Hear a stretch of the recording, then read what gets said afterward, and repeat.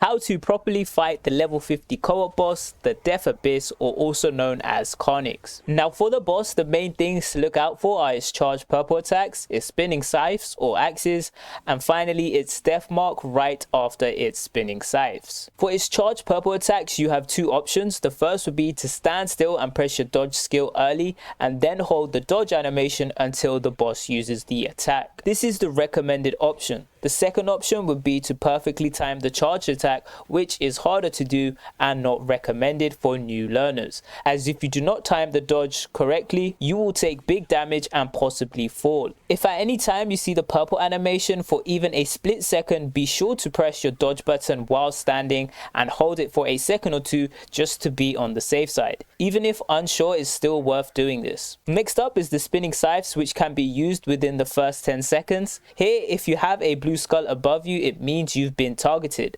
So as soon as you see the blue spinning scythes, check for the blue skull above you. These scythes will follow you around and deal decent damage every rotation, so do not lead them into your teammates. The simplest way to move out of the damage area is instantly use your sprint morph or use your mobility skill to get out of the area and then use your sprint morph. You want to try zigzag the scythes or almost circle around the edges of them to make it less chaotic. The boss can combo with the spinning scythes with its airborne stun attack. Just use the same methods to get out and a recovery pot if needed. The next special attack is the most important. As soon as the spinning scythe attack ends, you want to instantly group with the team as the boss will use its circle death mark attack next. Here a random player will be chosen for the death mark and a circle will appear around them. Instantly move to that player's location and stand in the circle with the rest of the team and wait for the boss to attack. If you have been chosen for the death mark, you will still need to move towards your team to make it easier for them to run to you.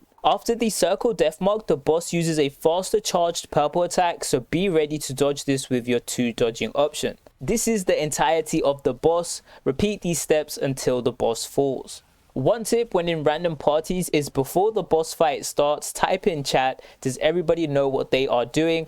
Or just type use the sprint morph on the axes and then group with the team right after, as this will make sure everyone is aware of this mechanic. The recommended combat power is at least 2000 and those who are damagers should have accessory items with the damage skill boost traits. On top of this, you also want to be using the equipable extra damage item called Stellarite, which can be bought from the Sundries merchant. To add to this, those who have the cooking level requirement for the skill damaging boost buff should be using it. Also, just so it's covered and so that you're aware, you want 1 healer on the team and 1 full tank. Finally, for starting off the dungeon, hug the left wall and defeat the mobs that aggro onto you. Follow the path as normal and once all the mobs are defeated, the new gate pathway will open. Here you have a fire pit to replenish your stats if needed. Throughout the dungeon, one of the most important mechanics to note is the melee knights have an extreme damaging special attack. If they've been triggered and no one is in range for them to attack, they will use this special. After the bonfire, follow the dungeon path again and this time choose a wall to hug.